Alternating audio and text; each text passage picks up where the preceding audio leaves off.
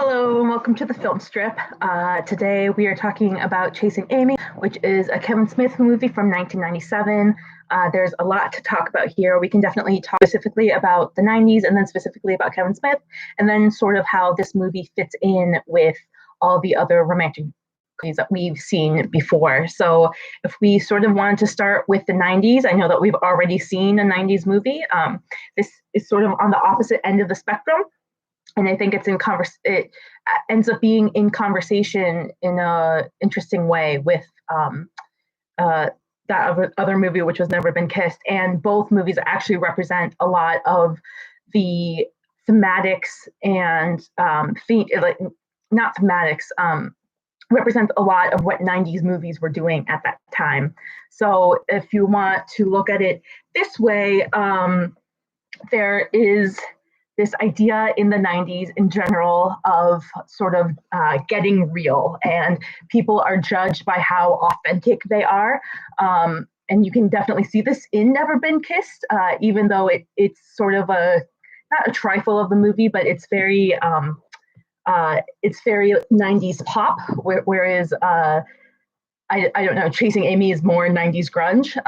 But this idea of getting real and like being down to earth and sort of getting with it is very prevalent in both movies. And you can definitely see that in the way that Josie is sort of this space cadet and like not really with it, and the others judge her for it. And part of getting it is also sort of getting culture in general. So there's a lot more intertextuality happening in the 90s. A lot of people start referencing it's not like movies never referenced other things before that. It's not like movies never referenced other movies, but in the 90s, it sort of gets to this point where it's happening all the time, and you're sort of expecting the audience to know certain things when you're watching. So having that whole discussion about Star Wars, it's nerd cred in a way. It's Kevin Smith sort of establishing himself as like, these are the things I'm interested in, and like these are the subcultures that I'm representing. But the way that the characters talk to each other is completely layered with pop culture, and you sort of get more out of the movie being more enmeshed in pop culture than if you aren't. So it's sort of being part of the in crowd, or like being real in a sense. And I think a lot of that has to came down to first, a lot of it was cable actually, for both things. One of them was that in the 80s and 90s, reality TV shows became really, really prominent. And so you have The Real World, which is about when people stop pretending and get real. So there's that. But this sort of obsession with authenticity, reality, seeing people as they are, and not as who we want them to be or who they want to project themselves as. There's this real push for authenticity and realism. And not being a fake, not being a pretender, because the fakes are the people who are pushing commercialism on you. And even though Never Been Kissed does represent this side of people who are pushing the commercialism on you, it still is trying to sort of tap into that zeitgeist of real versus not, or hip versus not. And I also feel like there is this tension between the two films, because Never Been Kissed is very much in the league of, like I said, it's very much 90s pop, of cynicism. I don't want to. It's not a cynical movie. It ends up coming off as cynical because it's so bad, but the idea of the movie is to not be cynical, but because of its construction, the people who see it are cynical about it. I feel like there's this fight between certain 90s movies of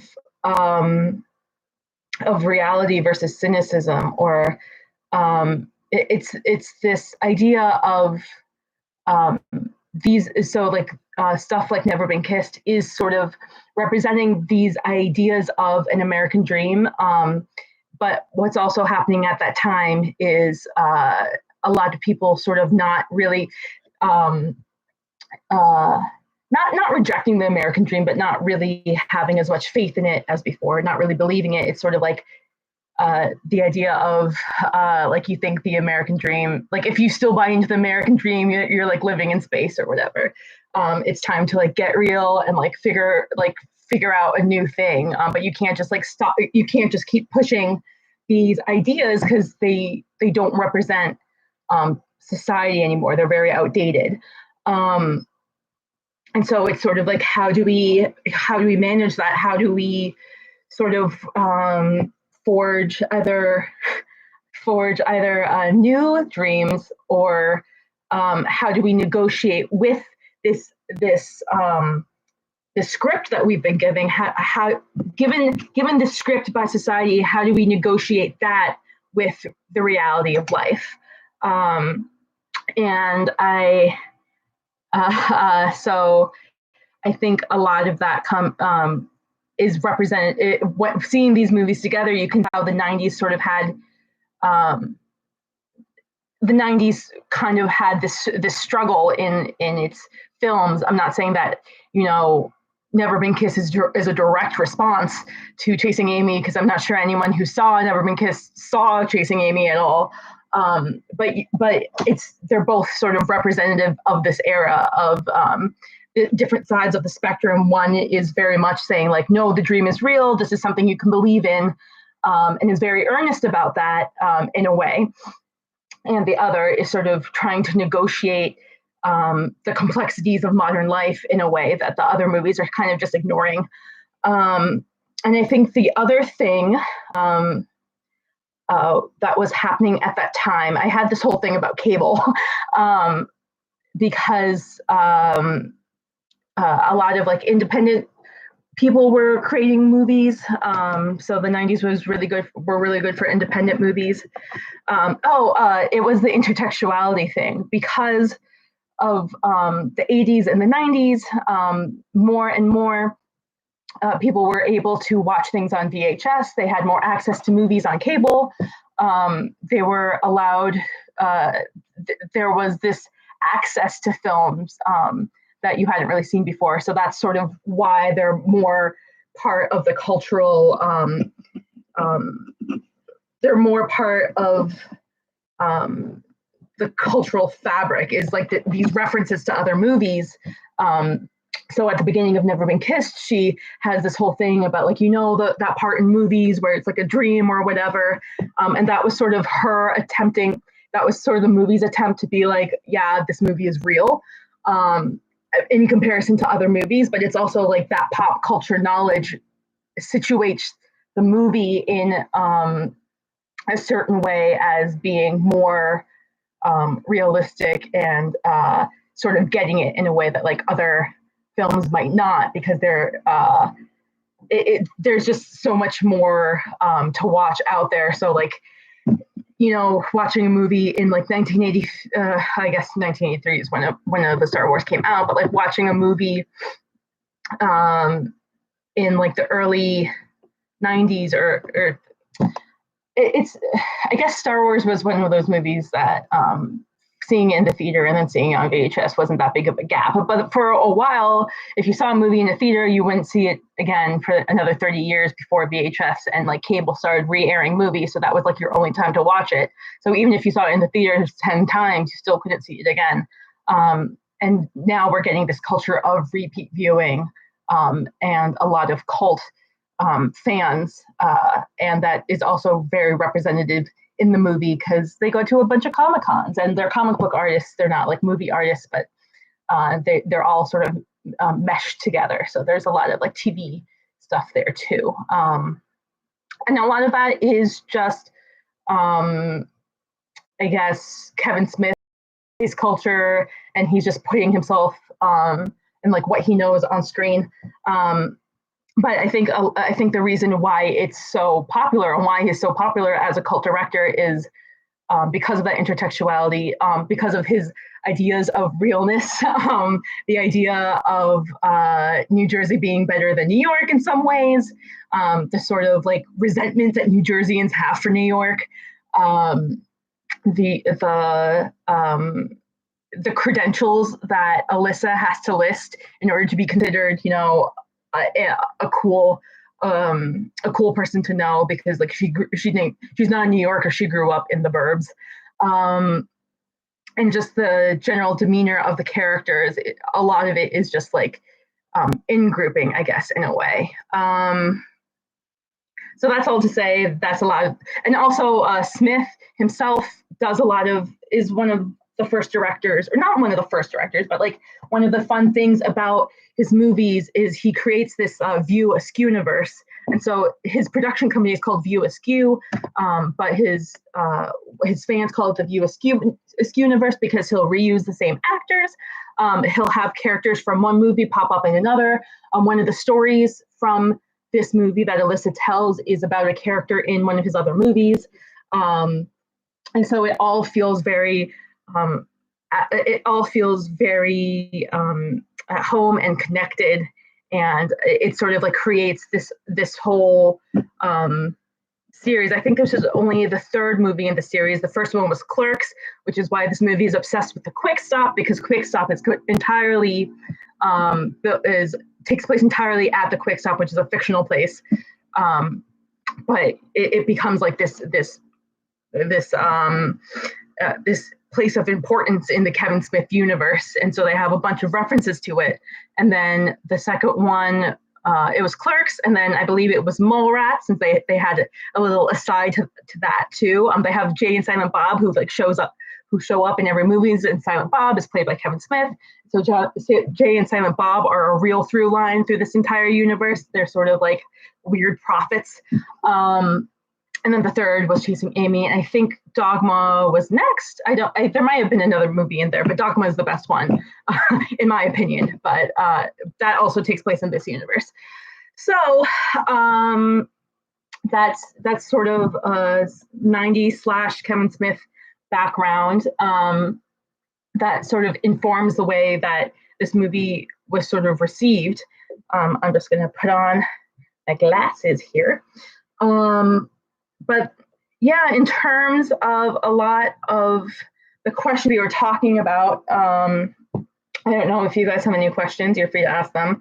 But in terms of where this movie falls, not just like whether you like the movie or not, but like either being reflective.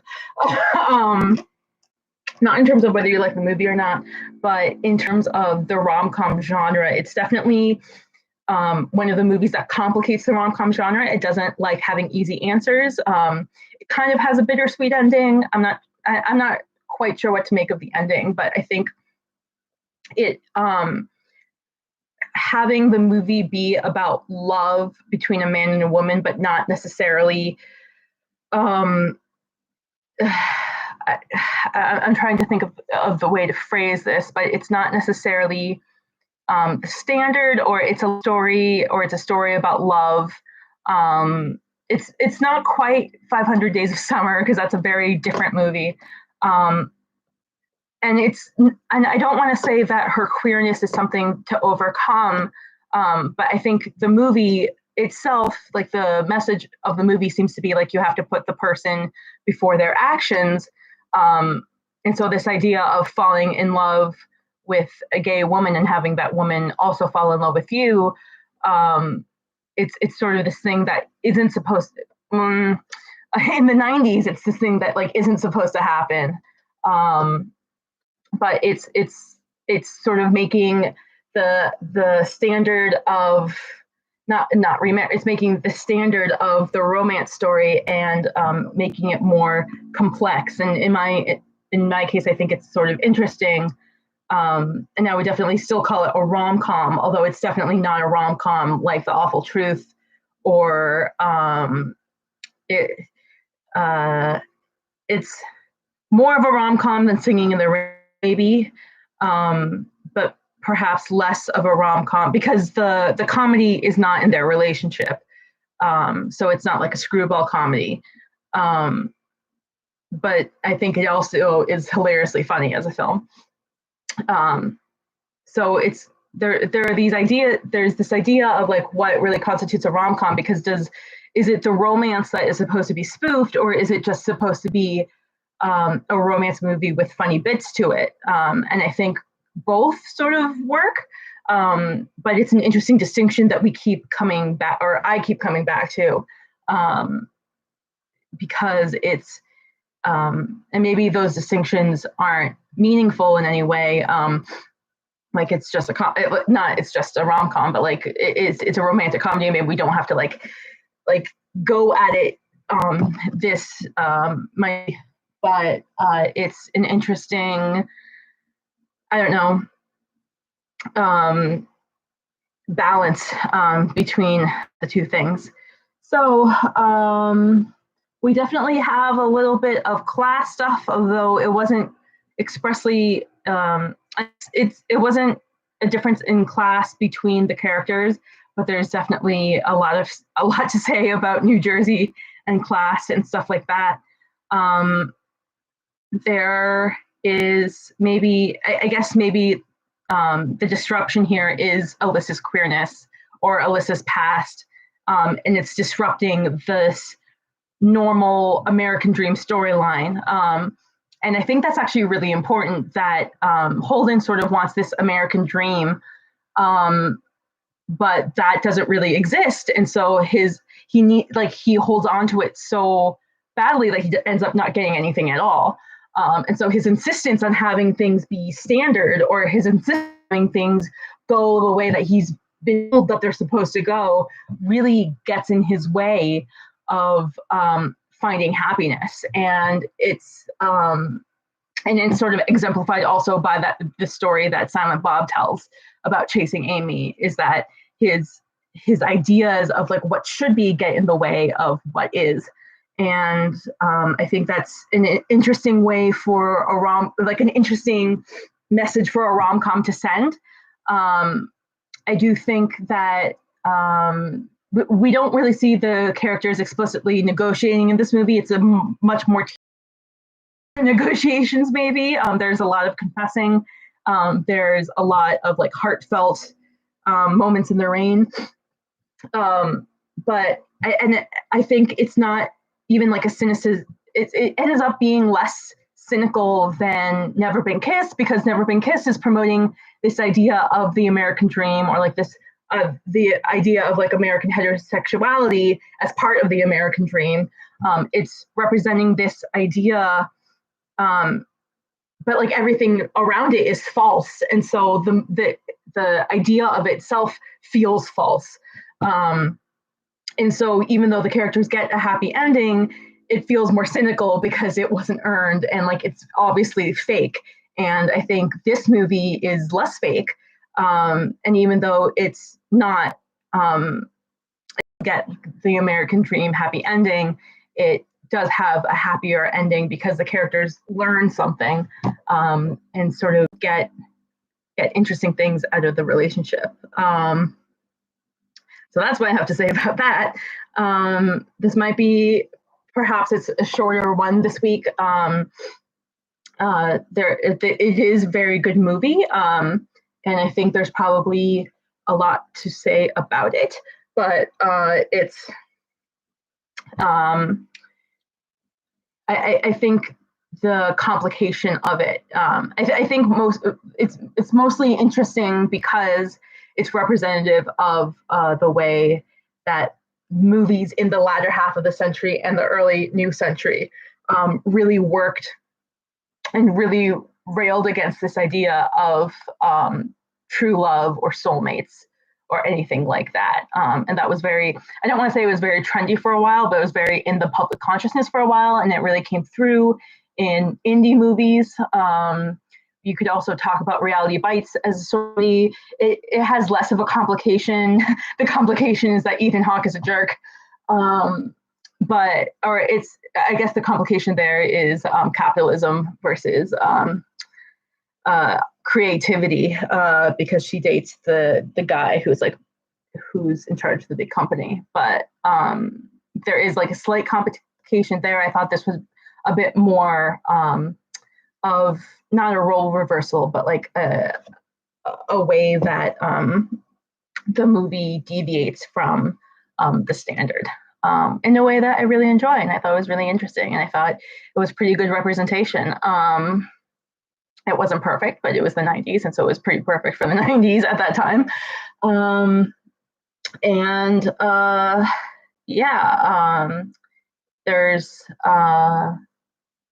there are, I'm trying to think through the different themes that we keep going back to, but I'm pretty sure that is it, unless people have questions. We can just keep it short and sweet this time, make it easier for people rewatching. And I think that is all. So thank you for joining. You can find links to the other videos. They should be popping up soon. And we just have one more film left. It's Eternal Sunshine for the Spotless Mind, which is another indie movie that adds a lot of complications to this narrative of true love, and also makes you question whether the ending is happy or not. But it's a great movie, and I hope you enjoy watching it, and then come back here and talk with me about it. And I will see you next week. All right. Have a good night.